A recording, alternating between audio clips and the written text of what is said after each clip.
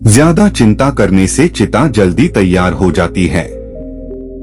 चिंता और चिता एक समान है, इसमें मात्र एक बिंदु का अंतर आता है।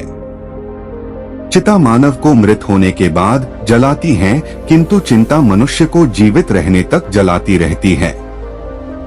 किसी को संतान न होने की चिंता है तो कोई संतान के कारण चिंताओं से ग्रस्त है। किसी को कन्या के विवाह की चिंता है तो कोई विधवा बहू की चिंता को लेकर दुखी है। व्यापारी व्यापार से, किसान खेती से और विद्यार्थी पढ़ाई से संबंधित चिंताओं से परेशान है। जिन्हें ऊंची पदवियां नहीं मिलती वे तो चिंतित हैं ही, लेकिन जिन्हें ये पदवियां मिल जाती हैं वे भी अनेक प्रकार की चिंताओं से ग्रस्त हैं। बच्चा बूढ़ा, औरत मर्द, अमीर गरीब, अनपढ़ विद्वान सब चिंता के शिकार हैं। किसी आदमी को ज्यादा चिंता होने के कई कारण हो सकते हैं। कभी कभी वह अपने भविष्य और अपने परिवार के लिए चिंतित हो सकता है, जिससे उसे आने वाले समय में कठिनाइयों का सामना करना हो सकता है। कई बार व्यक्ति को यह लगता है कि उसकी क्षमताओं की तुलना में उसमें कमजोरी है, जिससे उसे आत्मसमर्पण में कठिनाइयों का सामना करना पड़ सकता है। समाज में आत्ममूल्य में कमी महसूस करने के कारण भी कोई चिंता कर सकता है। इसलिए व्यक्ति की चिंता को समझकर उसे सहारा देने और सकारात्मक समर्थन प्रदान करने का प्रयास करना महत्वपूर्ण है। मनोविज्ञान के क्षेत्र में कार्यरत लोगों ने चिंता के स्वास्थ्य पर पड़ने वाले प्रभाव को लेकर काफी अध्ययन किया गया है। इसमें उनका मानना है कि चिंता करने से हम वास्तव में अपनी आयु कम कर रहे हैं। चिंता से तनाव होता है और यह तनाव हमारे शरीर में उन हार्मोन्स को उत्पन्न करता है जो खतरे से बचने के लिए बनाए गए थे। खतरे की स्थिति में या तो हम भागते हैं या सामना करते हैं। ये हार्मोन्स हमारी बाहों और टांगों की ताकत को दौड़ने या लड़ने के लिए मजबूत करते हैं। किंतु जब हम बिना भागे या लड़े तनाव महसूस करते हैं तो ये हार्मोन्स हमारे समस्त शरीर में फैल जाते हैं। इन हार्मोन्स की अधिकता से शरीर के विभिन्न हिस्सों को नुकसान होता है। चिंता पर किए गए कुछ रिसर्च इस तथ्य की ओर इशारा करते हैं कि चिंता एक ऐसी स्थिति है जो डर से पैदा होती है। एक अध्ययन में कहा गया है कि 1/3 से ज्यादा लोग उन चीजों के बारे में चिंता करते हैं जो कभी होती ही नहीं। दूसरे 1/3 लोग उन चीजों के बारे में चिंता करते हैं जो भूतकाल में हुई होती हैं और जिन्हें बदला नहीं जा सकता। बचे हुए 1/3 लोग उन चीजों की चिंता करते हैं जो कि अन्य व्यक्तियों से जुड़ी होती हैं और जिनसे उनका कोई संबंध नहीं होता, या फिर उन बीमारियों से जुड़ी होती है जिनका सिर्फ एक छोटा सा अंश हमारे अंदर होता है। जब भी आप बहुत ज्यादा चिंता में होते हैं तो क्या करते हैं? मैं अपनी माँ के पास जाता हूँ, उन्हें अपनी चिंता से अवगत करा देता हूँ। वो समाधान बता देती है। कई बार चिंता करने जैसा कोई विषय भी नहीं होता है। यह हमारे ज्यादा सोचने के कारण और भविष्य के चिंतन के कारण उत्पन्न होती है। चिंता कुछ नहीं होती। मेरी चिंता थोड़ी देर में अपने आप चली जाती है। और सारा दिन एक ही बात को याद मत किया करो। जो हुआ अच्छा हुआ, जो होगा वो भी अच्छा होगा। गीता, रामायण इत्यादि किताबें पढ़ लिया करो। ध्यान और योग किया करो। सुबह ब्रह्मा मुहूर्त में उठकर फ्रेश होकर ध्यान किया करो, आपकी सारी चिंता मिट जाएगी। कई बार आप अपने आप स्टोरी बना लेते हो और जो कुछ हम सोचते हैं वो होता भी नहीं है। सदा सच बोले, इससे आपको चिंता करने की आवश्यकता ही नहीं होगी। कहते हैं कि चिंता चिता के बराबर होती है, तो चिंता से दूर कैसे रहा जा सकता है? चिंता किसी भी व्यक्ति को धीरे धीरे खत्म कर देती है, मानो दिमाग को दीमक लग गई हो। इसलिए चिंता को चिता समान कहा गया है। इस चिंता को जितनी जल्दी हो सके इसे दूर कर देना चाहिए।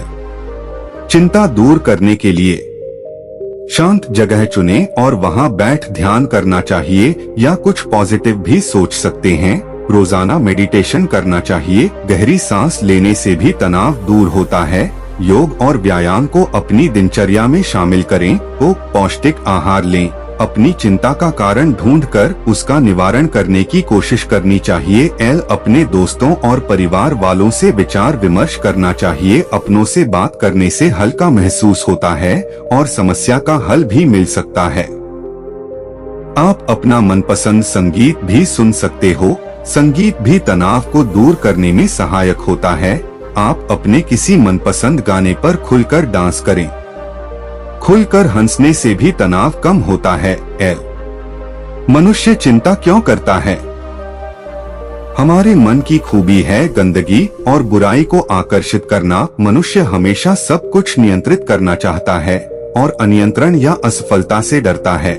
उसे आदत होती है प्लानिंग करने की, इसीलिए हमेशा सोचता रहता है यह हो गया तो वह हो गया तो, और अगर ऐसा हुआ तो यह करूँगा, नहीं तो वह करूँगा। बस लग जाता है चिंता में। भविष्य की चिंता, शादी की चिंता, नौकरी की चिंता, औलाद की चिंता, जीने की चिंता, मरने की चिंता, ऐसा कुछ नहीं है जिसमें मनुष्य चिंता न करता हो। इसीलिए आध्यात्म का रास्ता सुझाया गया है जिससे मनुष्य यह सोचना छोड़ दे कि सब कुछ उसके नियंत्रण में है और भगवान पर विश्वास करे कि सब ठीक होगा। जब भक्ति जागेगी तो भगवान के आसपास होने का आभास होगा और आपकी सोच ऐसी होगी कि आपके साथ सब अच्छा ही होगा। आपकी इस सोच के कारण स्वतः ही आप अच्छी चीजों को आकर्षित करेंगे और खुश रहने लगेंगे। चिंता करने से क्या होता है? व्यर्थ चिंता खराब होती है, लेकिन चिंता सकारात्मक भी होती है। कोई भूल हो जाती है तो हमें चिंता करनी चाहिए और भविष्य में न करने की प्रतिज्ञा करनी चाहिए। विद्यार्थी को पढ़ाई की चिंता करनी पड़ती है, अन्यथा वो लक्ष्य को हासिल कर नहीं पाएगा। व्यापार उद्योग में भी चिंता होना स्वाभाविक है। चिंता से चिंतन चलता है और हम सकारात्मक कदम उठा सकते हैं।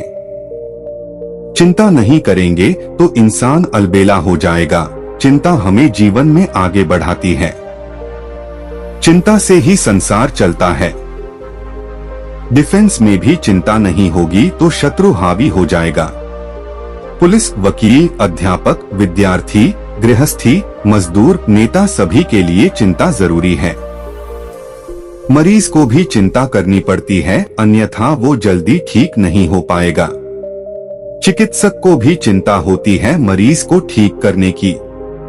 केवल अवतार पुरुष, कर्म योगी पुरुष ही चिंता से मुक्त रह सकते हैं।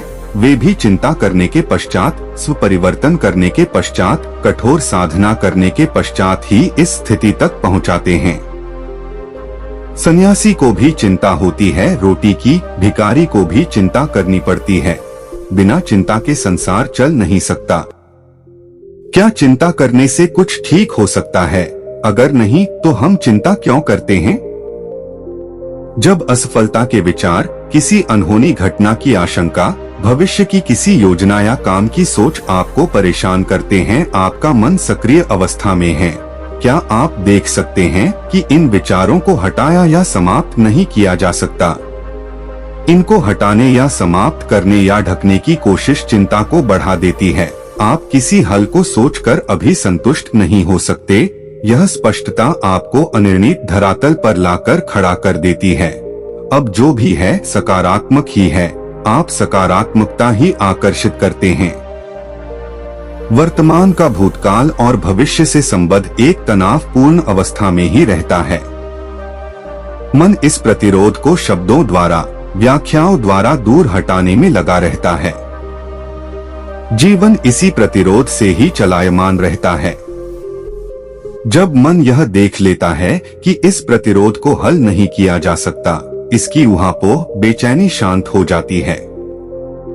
अगर आप इस पल शारीरिक तौर पर कुशल और सुरक्षित हैं, तो दुख सुख केवल मानसिक आराम या बेआरामी है और मानसिक आराम या बेआरामी को किसी भी बिंदु पर रोका नहीं जा सकता। यह देखना कि मानसिक निश्चितता या सुरक्षा को स्थिर नहीं किया जा सकता ऊर्जा को पूर्ण केंद्रित कर देता है। मन दुख और विवशता के विरोध में ही संतुष्टि, प्रसन्नता का अनुभव कर सकता है। यह मन का बंधन है, प्रोग्राम है। मन इस भ्रम में आ जाता है जैसे कि संतुष्टि या प्रसन्नता ठहर जाएगी या ठहर सकती है। इस बंधन का ध्यान में आना आपको स्वचालित मूल तक ले जाता है। आप संसार से एक क्रियाशील व्यवस्था से बंधे हैं, न कि संतुष्टिपूर्ण या आरामदायक व्यवस्था से। यह जानना आपको पूर्ण संतुष्टि से मिला देता है। जब आपको कोई वस्तु या धन मिलता है, यह संतुष्टि कुछ समय तक रहती है, जबकि वह वस्तु या धन अभी भी आपके पास है। मन को चलने के लिए, जीवित रहने के लिए नया तनाव, नया संवेग चाहिए। भ्रम यह हो जाता है जैसे कि कोई वस्तु या धन स्थिर आराम या संतुष्टि दे सकता है। इस तथ्य पर ध्यान देने से ही आप तनाव आराम की पल पल की स्वचालित गति को देख लेते हैं। स्थिर आराम एक भ्रम है। कुछ भी आपको स्थिर आराम या संतुष्टि नहीं दे सकता। अब आपकी इच्छा, आपकी बेआरामी आपकी इच्छा के पूर्ण होने या कुछ भी घटित होने को प्रतिरोध, कॉन्ट्रास्ट प्रदान कराते हैं। यह अंतिम प्रक्रिया है। आपने जीवन की मूल ऊर्जा, करंट को छू लिया है। अत्यधिक चिंता होने पर क्या करना चाहिए? नंबर 1, चिंता होने के कारण को भली प्रकार जाने। अधिकतर दुविधाएं ही चिंता का कारण होती है। नंबर 2, कारण के निवारण का प्रयास करें। निवारण हेतु स्पष्ट दृष्टि, तार्किकता व निष्पक्षता का होना अति आवश्यक है। नंबर 3, यदि समस्या बहुत बड़ी है तो उसे छोटे 2 भागों में विभक्त करके 1-2 करके उन सभी छोटी 2 समस्याओं का समाधान करें। पहले वो समस्या हल करें जिन पर अन्य समस्याएं के हल आधारित है। नंबर 4, यदि समस्या बहुत उलझी ही हो तो अन्य उचित लोगों से विमर्श करें और समाधान की ओर अग्रसर हो। सभी से विमर्श करना सदैव अनुचित होता है और यह व्यर्थ में अन्य दुविधाओं को जन्म देता है।